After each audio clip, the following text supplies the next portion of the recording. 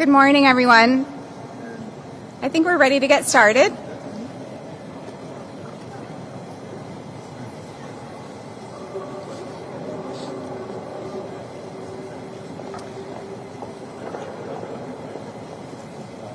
Great. Good morning, everyone. Welcome to MassCEC's Wind Technology Testing Center. It's great to be here this morning with Governor Baker, Lieutenant Governor Polito, Secretary Card, and our partners in the legislature to talk about our Commonwealth's ambitious climate goals and the port infrastructure that will play a critical role in building the offshore wind industry in Massachusetts. Joining us here today are the Chairman of Ways and Means, Senator Rodrigues, Assistant Majority Leader, Senator Lovely, the Chair of TUE Committee, Representative Roy, Representative Markey, Salem City Council President Patty Morcillo, and Salem City Councilor Robert McCarthy. Thank you so much for being here. It's really fitting that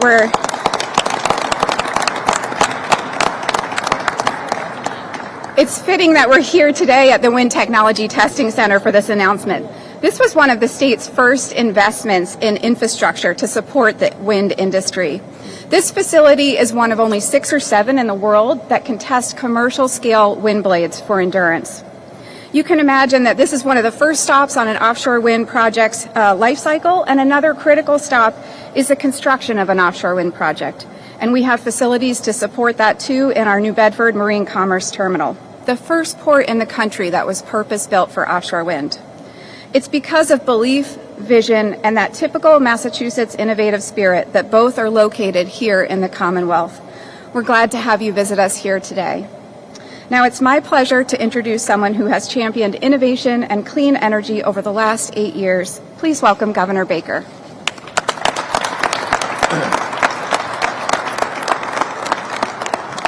So thanks very much, and we're thrilled to be back here.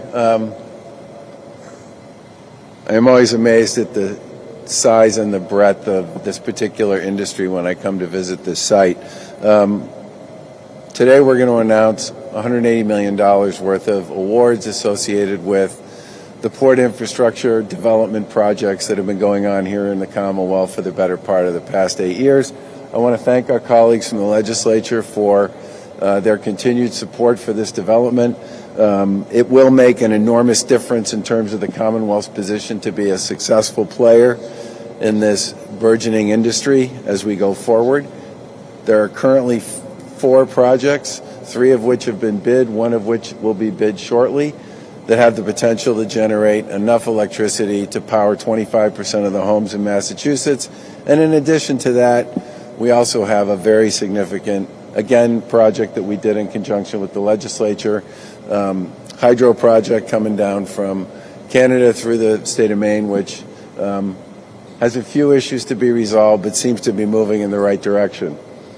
Well, the big lesson I've learned from this whole thing is everybody wants it, but it's very important that everybody understand that to get from where we are to where we need to go, believe it or not, things have to change. And I think in some respects that remains, for all of us, one of the biggest and most significant challenges we have going forward. We do have significant support at the federal level, which I think will make a big difference with respect to permitting and probably additional assistance financially for a lot of these projects and these activities, and it can't happen soon enough.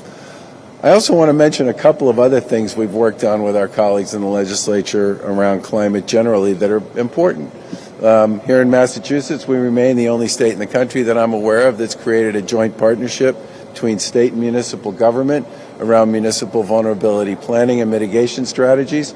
I think 97% of the cities and towns in Massachusetts have joined us on this one on a voluntary basis to do the work associated with identifying the issues they need to deal with respect to resilience and consistency going forward. We've probably put $100 million into these projects so far. I do want to thank our colleagues from the legislature once again for being big supporters of this initiative. Over time, it will make an enormous difference from one end of the Commonwealth to the other. I also want to talk about the fact that we've planted 35,000 trees, mostly in gateway cities, since we took office. Another project that's received enthusiastic support from the legislature, and I believe is also part of a larger strategy around the continued acquisition of open space to protect many of the natural resources that are so important to our ability to continue to grow our green communities here across the Commonwealth. We also have obviously one of the most expansive and successful solar panel and solar project installation programs here in the Commonwealth of Massachusetts. This began before we took office, but we've done a number of things to dramatically expand its ability to succeed and perform. And the final thing I do want to mention, because I think it's important, the course of the past several years, with a lot of help from our colleagues in the legislature and the folks in our administration, we've managed to develop a series of roadmaps that lay out in very particular and specific terms what it takes to get to where we need to go by 2030 and 2050. And again, our colleagues in the legislature have been great colleagues in helping us do the work that we need to do to get the statutory authority to move many of these initiatives forward, and also creating statutory frameworks on which a number of these pieces need to be implemented. There's still a ton of work left to do. I'm proud of the work we've done over the past 8 years, but it remains an urgent priority for the Commonwealth, for the country, and frankly for the world. I do believe, however, we are very well positioned to be a major player as we go forward in this space here in the Commonwealth. And with that, I will turn it over to Lieutenant Governor to talk a little more about the specifics around the $180 million. Thank you.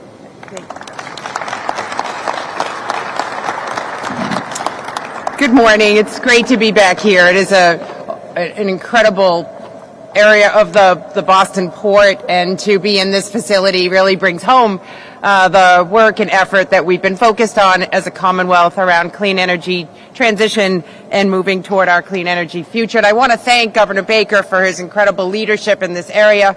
I remember early on in our administration coming in and talking about how we would diversify our energy portfolio, and he would often refer to it as the combo platter.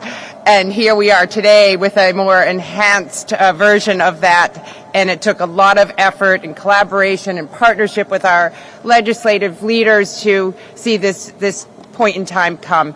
I'm going to do something a little departure from what we're doing. I want to give a shout out to the DCR team. This might be one of the last events I do with the governor, and I want to say thank you.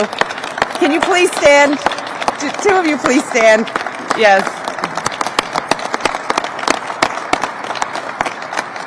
These two have traveled to places all around our Commonwealth to set up these events so that we could communicate with you, the public, and we're grateful for your service as well. So as I come to this moment, I am particularly honored to have chaired the Seaport Economic Council over these last 8 years, where we have now invested $87 million in the 78 coastal communities that comprise the Massachusetts little coastline. And we changed the Seaport Council to include the word economic, to think more strategically about our coastal assets, to build them in a resilient fashion, and to improve them such that they will create more jobs and opportunities in our blue economy, and also work strategically to make sure as we continue to invest in renewable energy and industry sectors like offshore wind, that we are mindful that it needs to coexist with commercial fishing, which is also a mainstay and integral part of the Massachusetts economy. So today, we not only think about infrastructure and investing in places, but at the same time, we are investing in people.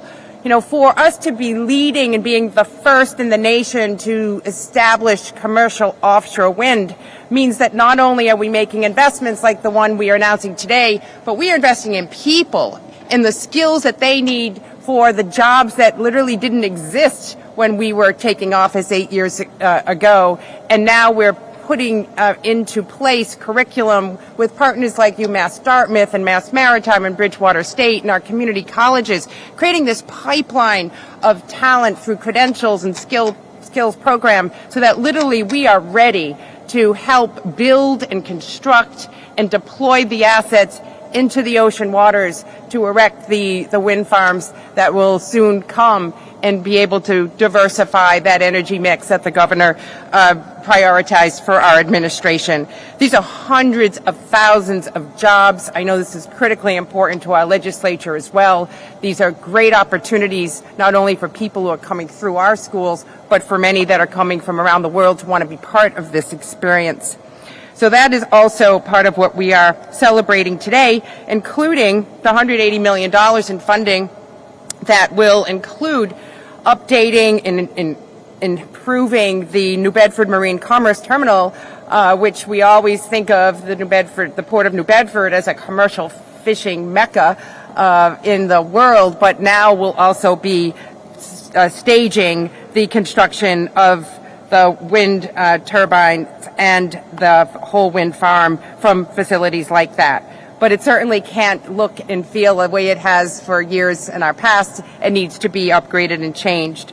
And that's why $75 million will start with $15 million to the New Bedford Port Authority to extend its bulkhead and terminal space for the North Terminal, and $45 million for MassCEC's New Bedford Marine Commerce Terminal for facility improvements, and another $15 million to New Bedford Foss Marine Terminal for the redevelopment of offshore construction and operations and management support. Those are big dollars heading in to the Port of New Bedford.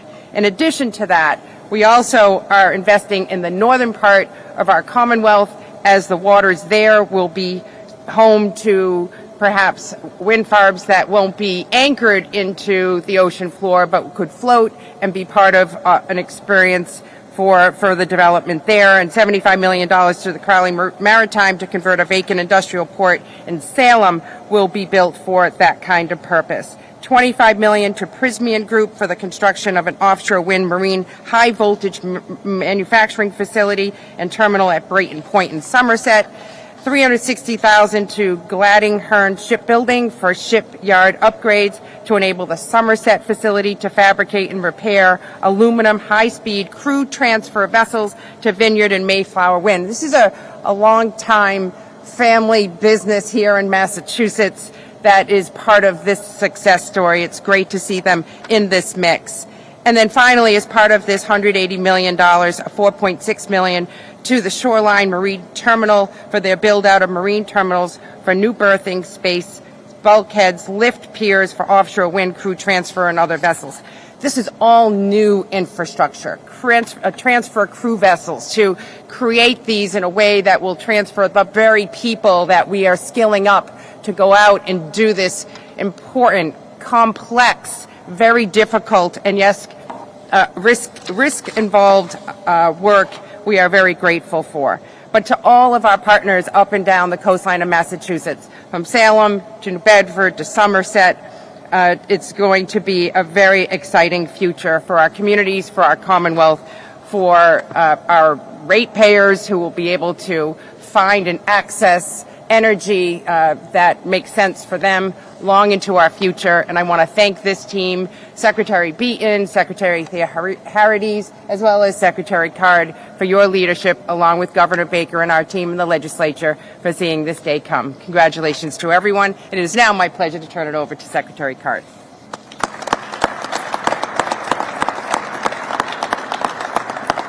Thank you, Lieutenant Governor Polito and Governor Baker. It really is an honor to be here with all of you at the Wind Technology Testing Center to announce the Offshore Wind Ports Challenge and the results.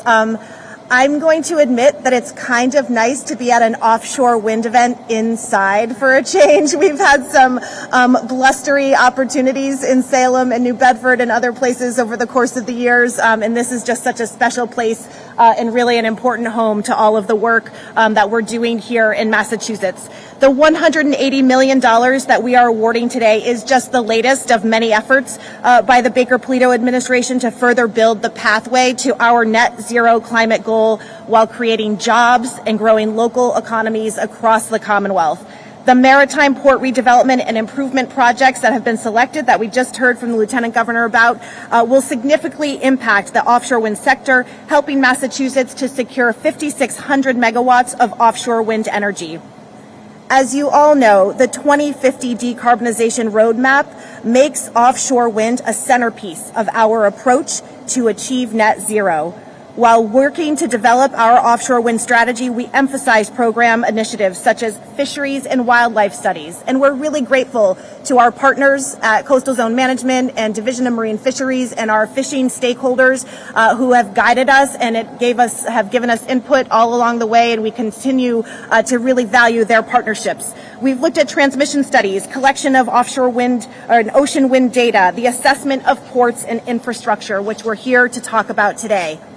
A game changer for this industry was in 2016 when Governor Baker signed legislation creating the first competitive market for offshore wind in the country, which included multiple efforts on growing the sector, providing forums for companies to connect here in Massachusetts and internationally, looking at investing in workforce training programs at our educational institutions here at home, working with the labor unions and with other public and private partners, growing our research sector through partnerships among research institutions and participating in the National Offshore Wind Research and Development Consortium.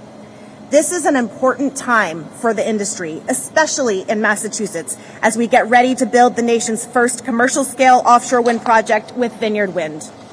Next month, we are excited to see construction begin on that project using CEC's New Bedford Marine Commerce Terminal. Through our collective efforts, the Commonwealth remains a national leader, and we expect our clean energy industry to grow. The long-term investment strategy that we have developed will eventually activate ports, as we've been hearing about, up and down the coast here in Massachusetts. But this also creates opportunities for diversity and equity in our workforce. And it's not just about energy, although that's really important. It's about generating jobs and building the economy. And through Governor Baker and Lieutenant Governor Polito's leadership and support from the legislature, the industry is seeing growth in our clean energy industry. Since 2010, the number of clean energy workers has grown by 73%, a tremendous accomplishment despite the economic impacts that we faced during the pandemic. And we'll hear more from Jen Daloisio in a minute, but it's because of leadership in this state that starts with our governor using every resource available to advance this industry further and set the Commonwealth up for success in the future. So we're a national leader. We intend to continue to be a national leader. The recently released Clean Energy Industry Report also helps us to better understand the stability of the clean energy industry and its ability to withstand significant challenges. Investments like the ones that we're talking about today and that we're announcing today and we're celebrating today only further fortifies this strong industry here in Massachusetts, and we look forward to seeing the success that comes from it for many, many years to come. We thank you for your partnership. Many people have their hands in this work, and it takes all of us to be rowing together in the same direction to make this happen, and we're so pleased to be here to celebrate with all of you today. So with that, it's my pleasure to turn it over to the MassCEC CEO, Jen Daloisio. Jen.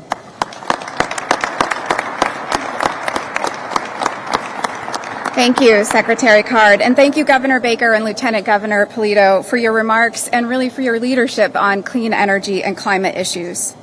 I'd also like to thank the MassCEC Offshore Wind team and the team at WTTC who has been kind enough to host us here today. Both of these teams work really hard every day to cement Massachusetts offshore wind leadership here in the Commonwealth. Offshore wind is the centerpiece of the state's clean energy and climate strategy. From the completion of this facility in 2011 to our New Bedford Marine Commerce Terminal in 2015, the Commonwealth's long-term vision has firmly established the offshore wind industry in Massachusetts and will enable us to reach our goal of a minimum of 15 gigawatts of offshore wind by 2050. And so here we are today, looking at this expanded future for offshore wind. I want to thank the Baker-Polito Administration and our legislative leaders for being strong advocates for this industry. The Climate Act that was passed earlier this year pushes us even further. The Commonwealth and MassCEC have made early investments not just in critical infrastructure, but also in building the clean energy industry from the ground up. That starts with fueling innovation, driving the market, and making sure that we have the workforce to support it all. MassCEC's workforce programming ensures that we can reduce barriers and ease burdens so that we can build a diverse and equitable workforce. I'm pleased today that we are releasing the results of our 2022 industry report. I want to thank BW Research Partnership and MassCEC team for their hard work on this report. We were the first state in the country to work with BW Research back in 2010 to establish methodology for data collection to assess the state of the clean energy industry. This methodology has now been replicated by many other states and at the federal level with the Department of Energy. This is really representative of much of our work in clean energy. Massachusetts often leads the nation on clean energy and climate issues, paving the way for others to follow. Our 2022 report shows that the clean energy industry in Massachusetts is growing faster than the state's overall growth. With data compiled through December of last year, this report shows that the industry contributed over $14 billion in economic activity, roughly 2.2% of our gross state product. We're pleased to report that there are just over 104,000 clean energy workers in the state.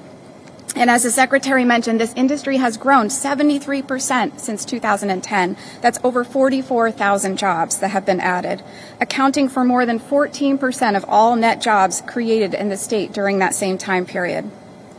While COVID-19 led to a loss of almost 20,000 clean energy jobs at the height of the pandemic in June of 2020, roughly an estimated 65% of those have been recovered as of September this year.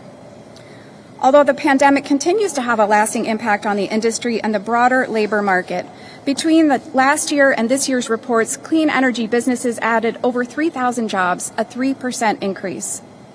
The Commonwealth's clean energy economy is powered by small businesses. Over 59% of all clean energy businesses in the state have 10 employees or less. These are well-paying jobs. A report published in late 2020 by E2 found that Massachusetts clean energy jobs had the highest median wage in the country. Efforts by the state and the clean energy industry have put Massachusetts at the forefront of clean energy in the U.S. We know Massachusetts is a leader in innovation, and we will continue to leverage the strengths of our clean energy ecosystem to help the state accomplish its climate goals. We're pleased to have some partners in the legislature here with us today. I'd like to welcome the chair of the Senate Joint Committee on Ways and Means, Senator Rodrick, to give us some remarks. Thank you.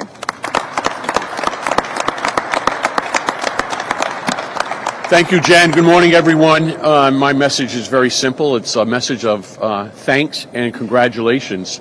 First of all, thank you to Governor Baker and Lieutenant Governor Polito, Secretary Codd, and the amazing team that you have put together in all of your leadership, not just on offshore wind and renewable energy issues, but on everything. Working with you and your administration has been a real honor for me in my tenure in the legislature. So thank you. Thank you to my colleagues in the legislature, from the Senate, my good friend, the tireless advocate for her community of Salem, Senator Joan Lovely, who's here, my colleagues from the House, Chairman Jeff Roy, Representative Chris Markey from the second best community in the south coast of Dartmouth,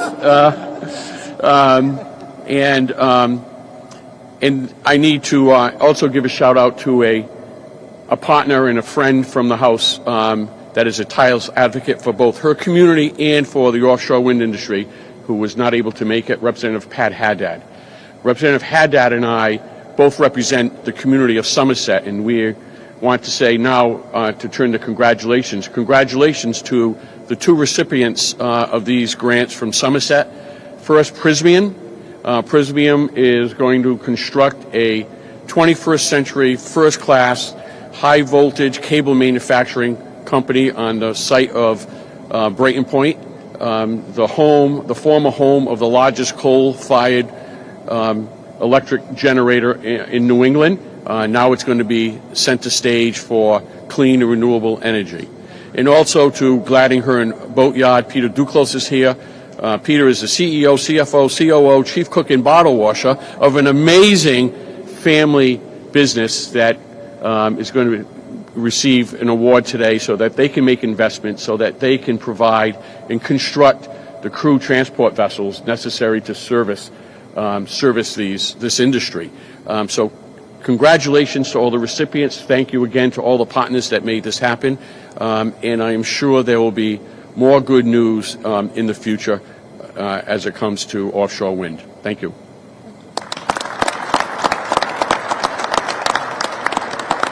Thank you so much, Senator. And now I'd like to welcome Chair of the House TUE Committee Chairman Jeff Roy.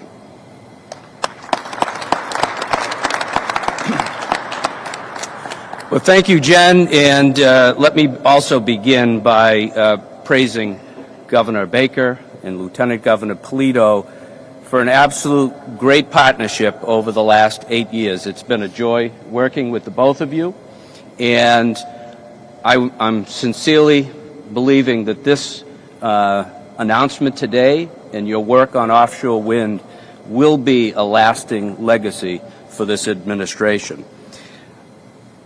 When Speaker Mariano put me in charge of telecommunications, utilities, and energy, he began by saying, focus on offshore wind.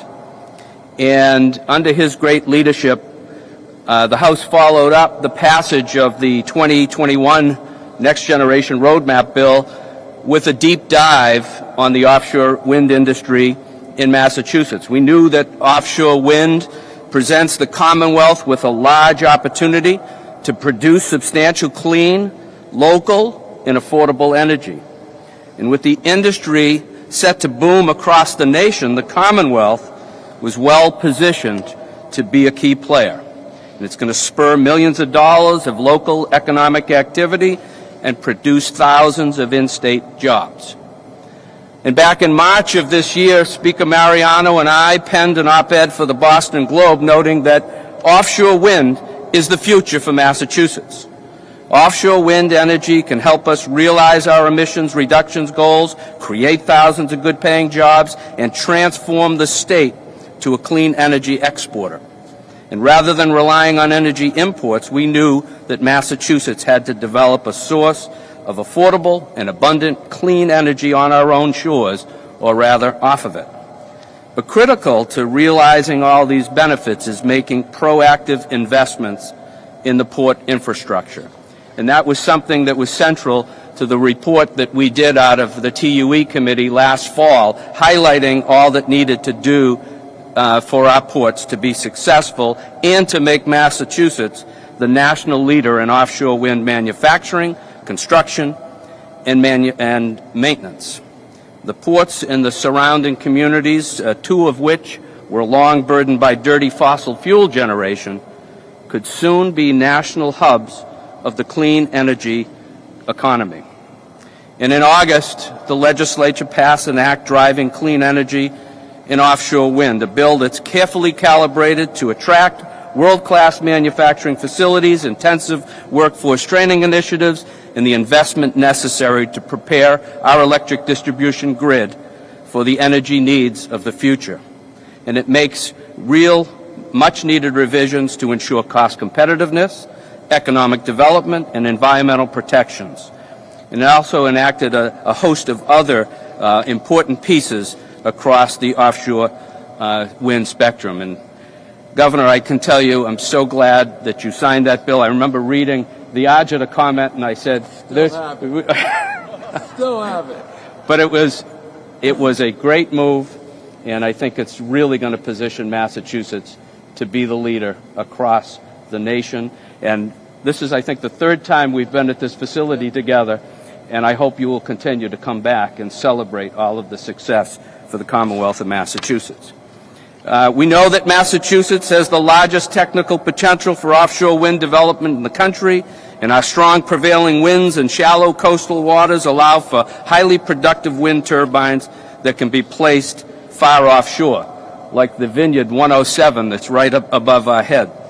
In fact, Massachusetts has the capacity to produce over 1/3 of President Biden's 2030 National Offshore Wind Development Goal.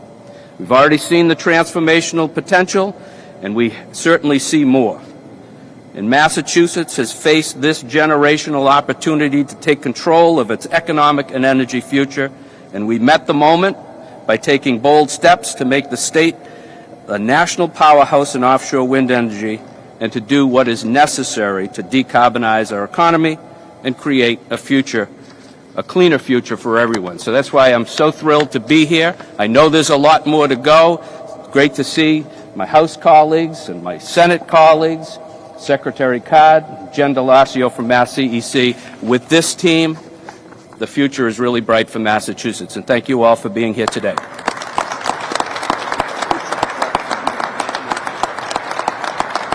Thank you so much, Chairman. And thank you again to the Governor, Lieutenant Governor, and all of our partners in government here with us today. Congratulations to all of the awardees.